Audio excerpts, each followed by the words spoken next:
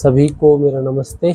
और जैसा कि आज होली है तो होली की आपको बहुत शुभकामनाएं। और आज हम बात करेंगे आगे मॉडर्न हिस्ट्री में कोलबे सम्मेलन की बात होगी आज। इसे आप भारतीय स्वतंत्रता संघर्ष के अंदर भी उस टॉपिक के अंदर भी पढ़ सकते हैं और अलग से भी पढ़ सकते हैं। तो आज हमें टॉपिक पढ़ने से मतलब है, चाहे हम स्वतंत्रता संघर्ष के अंदर पढ़ें या फिर हमें गोलबे सम्मेलन नाम से अलग से पढ़ लें। ठीक है, तो आज हम पढ़ेंगे गोलबे सम्मेलन। 3 गोलबे सम्मेलन भारतीय इतिहास में हुए और क्या क्या कारण रहे वो सब देखेंगे, और कब कब इसका महत्वपूर्ण तिथियां रही उन सब पर बात करेंगे। ठीक है, और कहाँ कहाँ से क्वेश्चन बन सकते हैं उन पर ध्यान देंगे। देखिए,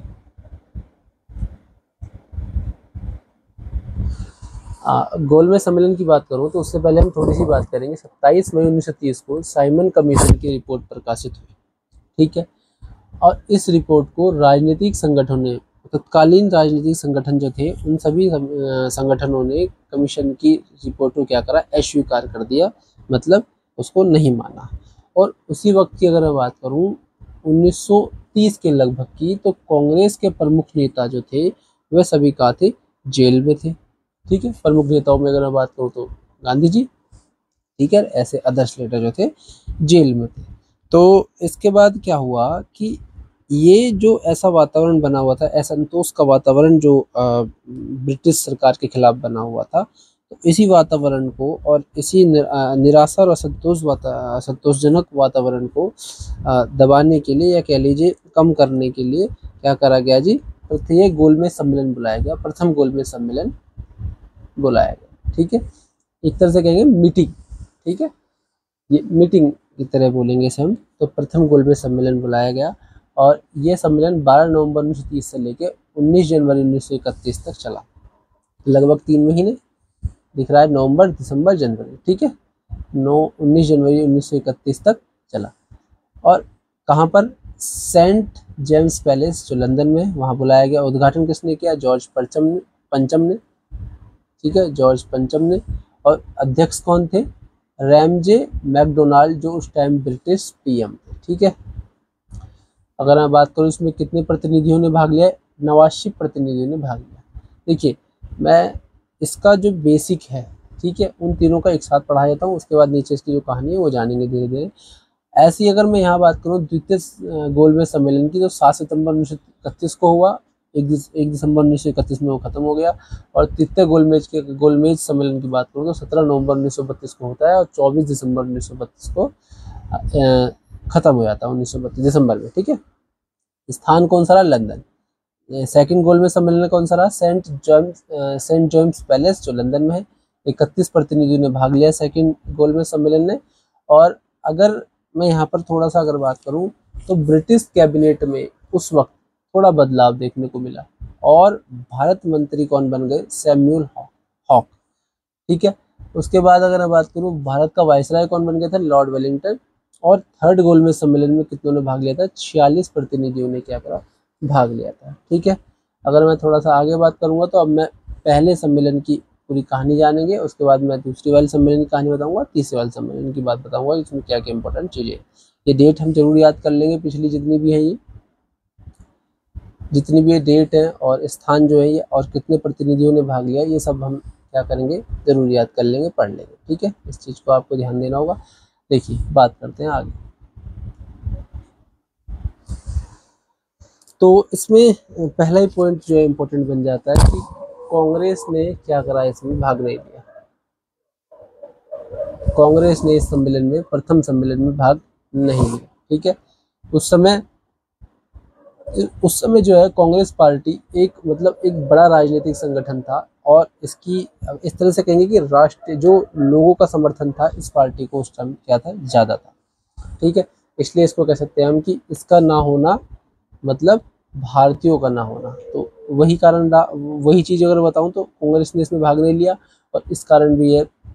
आगे चल कर देखेंगे तो इसमें बहुत छोटे छोटे दल जो गए और उसमें मीटिंग में भाग लिया, उसकी तरफ से प्रमुख नेताओं ने भाग लिया, लेकिन कांग्रेस ने इसमें क्या करा था, भाग नहीं लिया था। और भाग नहीं लिया तो भारत में क्यों नहीं लिया ये भी देखेंगे कि भारत में सवर्णीय अवज्ञा आंदोलन चल रहा था। एक तो ये कारण है, बहुत सारे जो जो उनके नेता थे वो जेल में बंद थे। तो ये सभी कारण जो बने रहे ब्रिटिश सरकार के खिलाफ जो रहे, तो इसलिए प्रथम गोलमेज सम्मेलन में क्या करा, भाग नहीं लिया। असंतोष कहीं ना कहीं भारतीयों के अंदर अब भी बना हुआ था। ठीक है, तो आगे बात करते हैं। देखिए, इसमें जो मुस्लिम प्रतिनिधि थे उन्होंने पृथक निर्वाचन मंडल की मांग रखी, मतलब अपने लिए जो निर्वाचन करने की बात कही, वो क्या करा, मुस्लिमों के लिए एक अलग निर्वाचन मंडल बनाया जाए और उनका चुनाव हो। तो ये उन्होंने बात करी इसमें, इस सम्मेलन में, मतलब मुस्लिमों ने। और आगे अगर मैं बात करूँ तो भीमराव अम्बेडकर जो दलित वर्ग के नेता थे, दलित वर्ग के लिए क्या करा, पृथक निर्वाचन मंडल की मांग करी यहाँ पर। और देखिए, यहाँ पर दलित वर्ग के लिए अलग चुनाव की बात कर ली, मुस्लिमों के लिए अलग चुनाव की बात कर ली। ठीक है, अगर थोड़ा सा और आगे चलेंगे तो हम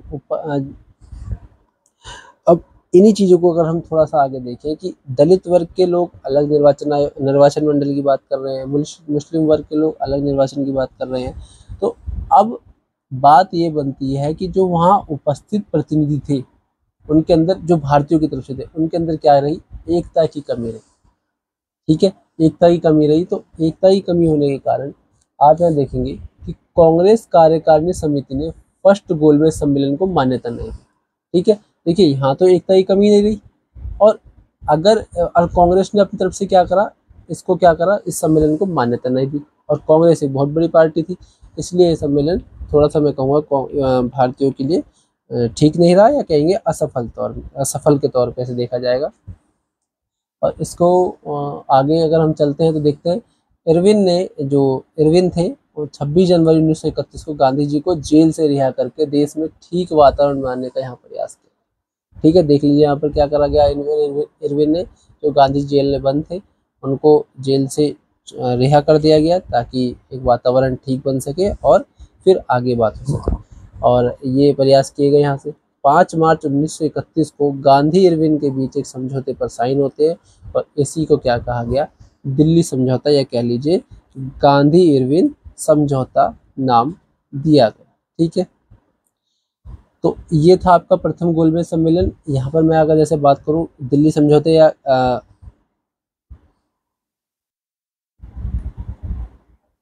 अगर मैं बात करूँ थोड़ा सा यहाँ पर दिल्ली समझौते की, या इसको ही हम कहते हैं गांधी इरविन समझौता, तो मैं बात करूंगा आपको, थोड़ा सा मैं आपको समझा दूंगा इसे और आगे बढ़ता हूँ। देखिए, गांधी इरविन समझौते वाला का वीडियो एक अलग आ जाएगा, लेकिन फिर भी थोड़ा सा बता दूंगा कि 5 मार्च 1931 को ये समझौता होता है, दिल्ली में होता है। गांधी इरविन पैक्ट को दिल्ली पैक्ट भी कहते हैं, ये बात मैंने आपको पीछे बता दी यहाँ पर।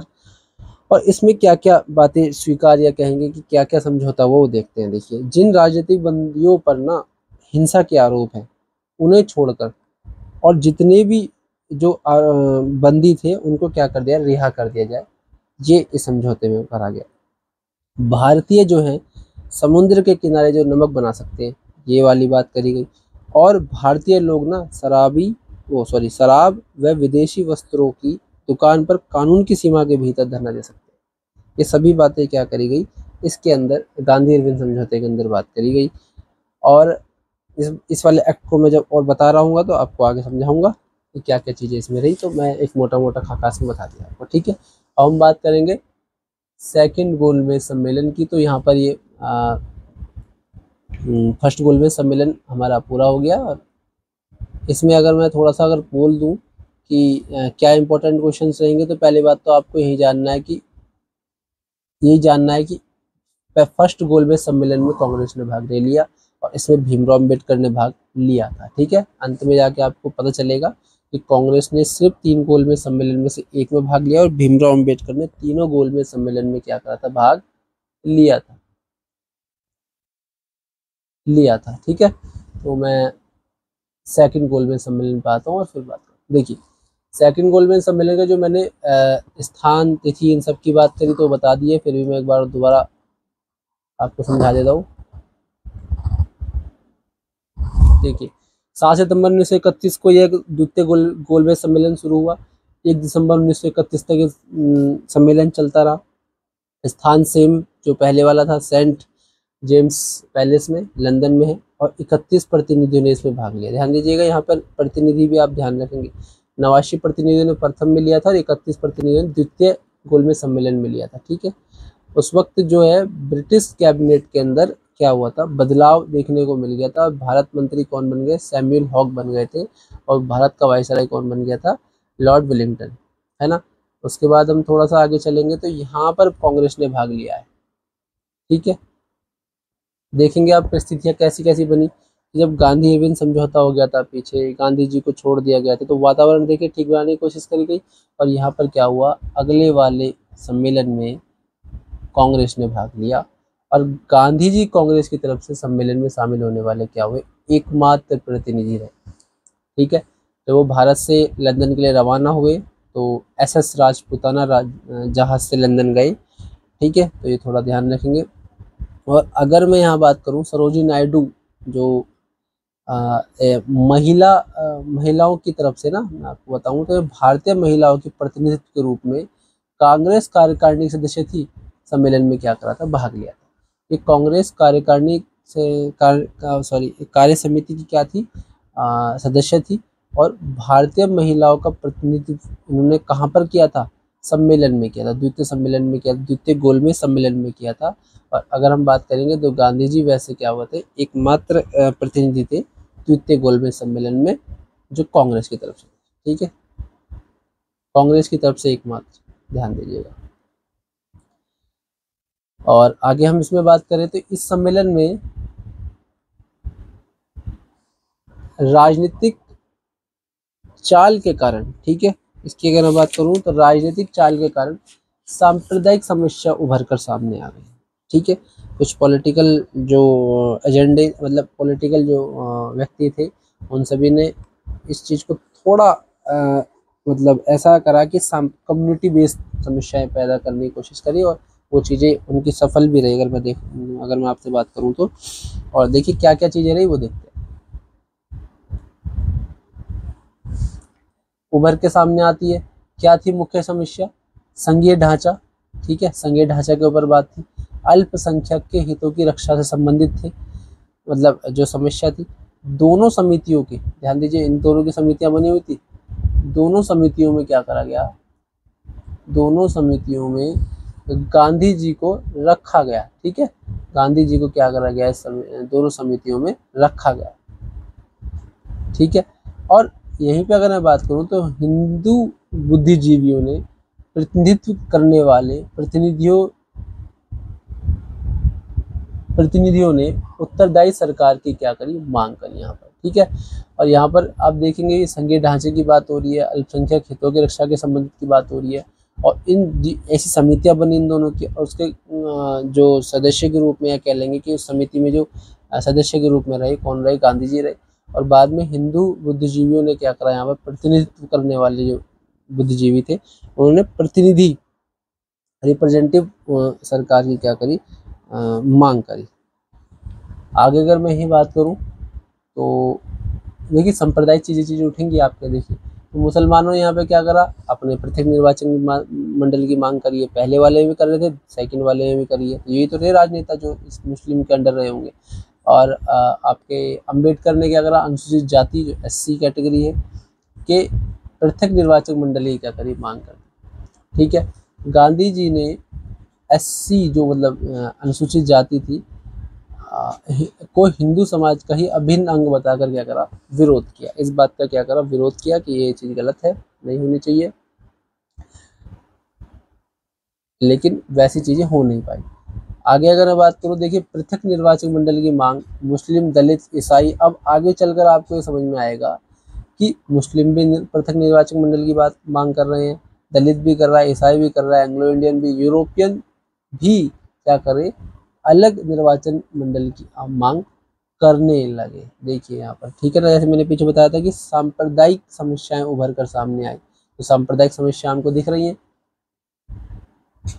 और आगे चलकर मैं आपसे बात करूं क्या चीजें होती हैं।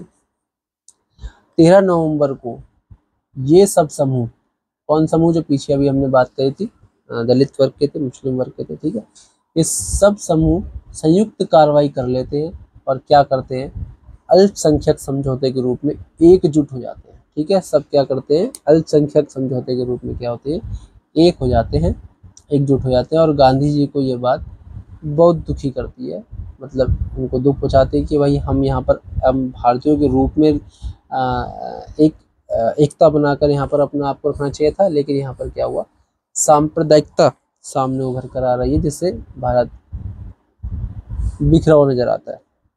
और फिर क्या होता है, फिर चीज़ें समझ में आती हैं। देखिए कि जब ये सब चीज़ें हुई तो थोड़ा सा अलग विचार भी करेंगे। देखिए, सम्मेलन में भारतीय संघ की रूपरेखा पर भी विचार किया गया। ठीक है, रूपरेखा पर विचार हुआ। संघीय न्यायालय, ठीक है, यूनियन की न्यायालय कहेंगे कि कोर्ट की स्थापना का विचार किया गया। और अनेक प्रतिनिधियों ने केंद्र में द्वैत शासन अपनाने की बात भी इसमें क्या करी। ठीक है, और जैसा कि मैं अगर यहाँ बताऊं तो गांधी जी ने औपनिवेशिक स्वराज की मांग करी, जिसे ब्रिटिश सरकार ने स्वीकार नहीं किया। ठीक है, ब्रिटिश सरकार ने क्या नहीं किया, यहाँ पर स्वीकार नहीं किया। ये द्वितीय गोलमेज सम्मेलन चल रहा है अभी, तो यहाँ पर क्या करा, ब्रिटिश सरकार ने वह स्वीकार नहीं करा।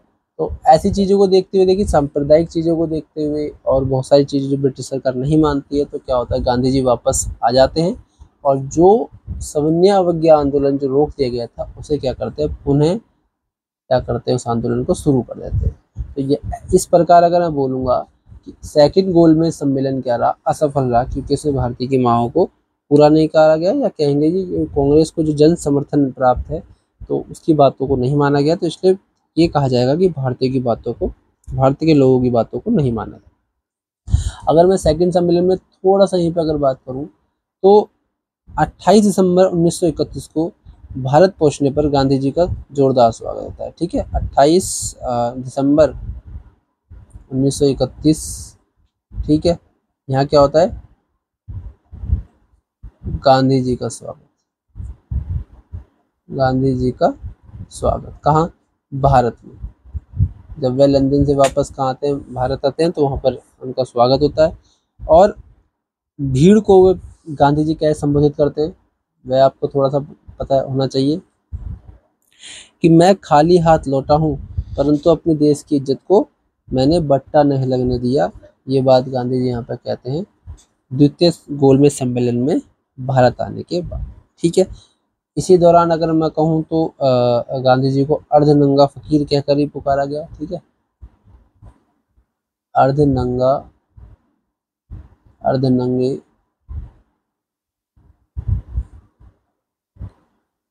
ठीक है, अर्धनंगा फकीर भी कहकर क्या करा गया, कहा गया, किनको, गांधी जी को। ठीक है, तो ये सेकंड गोलमेज सम्मेलन हुआ। और जैसा कि हमने आप जब सविनय अवज्ञा आंदोलन पढ़ रहे होंगे, तो यहाँ पर हम इसकी पूरी तरीके से बात कर रहे होंगे, चर्चा कर रहे होंगे। अब हम बात करते हैं तृतीय गोलमेज सम्मेलन की। आपको पहला और दूसरा गोलमेज सम्मेलन समझ में आया होगा, राउंड टेबल कॉन्फ्रेंस। ठीक है, अगर मैं थोड़ा सा थर्ड गोलमेज सम्मेलन की बात करूं तो यह भी 17 नवंबर 1932 को शुरू होता है और 24 दिसंबर 1932 में तक चलता है, लगभग एक महीना जो चलता है। स्थान लंदन। 46 प्रतिनिधियों ने क्या करा, इसमें भाग लिया। ठीक है, पहले वाले में 89 ने लिया था, दूसरे में 31, तीसरे वाले में 46 लोगों ने क्या करा, भाग लिया। उसके बाद अगर मैं यहाँ बात करूँ, देखिए जब सेकंड गोलमेज सम्मेलन में नहीं बात मानी गई और पहले वाले में कांग्रेस नहीं जा पाया, तो असंतुष्टि जो होती है, असंतोष जो है जागता भी है।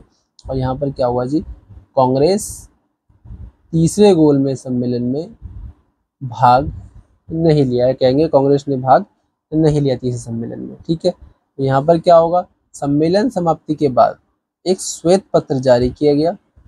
ठीक है, क्या था जी, ये संघीय सरकार पर विचार करने के लिए श्वेत पत्र जारी किया गया, जो बाद में भारत सरकार अधिनियम 1935 के नाम से भी विख्यात हुआ, या कहेंगे जाना गया।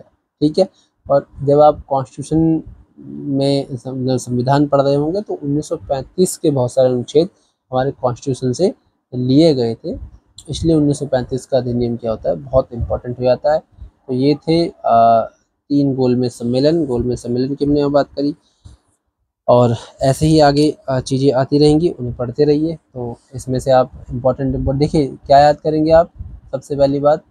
अच्छा, मैं थोड़ा सा 1-2 चीज़ें और बताता हूँ, वो समझ लेंगे। पहले ये देखते हैं कि इसमें से क्या चीज़ें होती हैं। देखिए, पहले आप ये देखेंगे कांग्रेस ने द्वितीय सम्मेलन में भाग लिया है, पहले में तीसरे में नहीं लिया है, ठीक है। और दूसरे में भी गांधी जी ने एकमात्र प्रतिनिधि थे कांग्रेस के की तरफ से भाग लेने वाले। सरोजिनी नायडू भारतीय महिलाओं का प्रतिनिधित्व सेकंड गोलमेज सम्मेलन में किया था, और इनके स्थान, ठीक है, उद्घाटन किसने किया, अध्यक्षता किसने की, और इसकी तारीखें, जो तिथियां हैं, इन सब पे ध्यान देना है। उसके बाद अगर मैं बात करूँ, थोड़ा सा नीचे चलेंगे, और एक पॉइंट रह गया, वो कंप्लीट कर लेते हैं, उस बात को समझेंगे। देखिए यहाँ पर कि अगर सवाल ये आ जाए कि तीनों गोलमेज सम्मेलन में किस भारतीय ने या निम्न में से किन भारतीयों ने क्या करा, भाग लिया, तो आप क्या कहेंगे, भीमराव अंबेडकर और तेज बहादुर सप्रू, इन दोनों ही नेताओं ने क्या करा, तीनों गोलमेज सम्मेलन में क्या करा था, भाग लिया था। तो ये आपका गोलमेज सम्मेलन समाप्त हो गया है। उसके बाद अगला जो है नया टॉपिक पाएगा, उस चीज़ को ढंग से समझेंगे और पढ़ेंगे। थैंक यू अभी के लिए।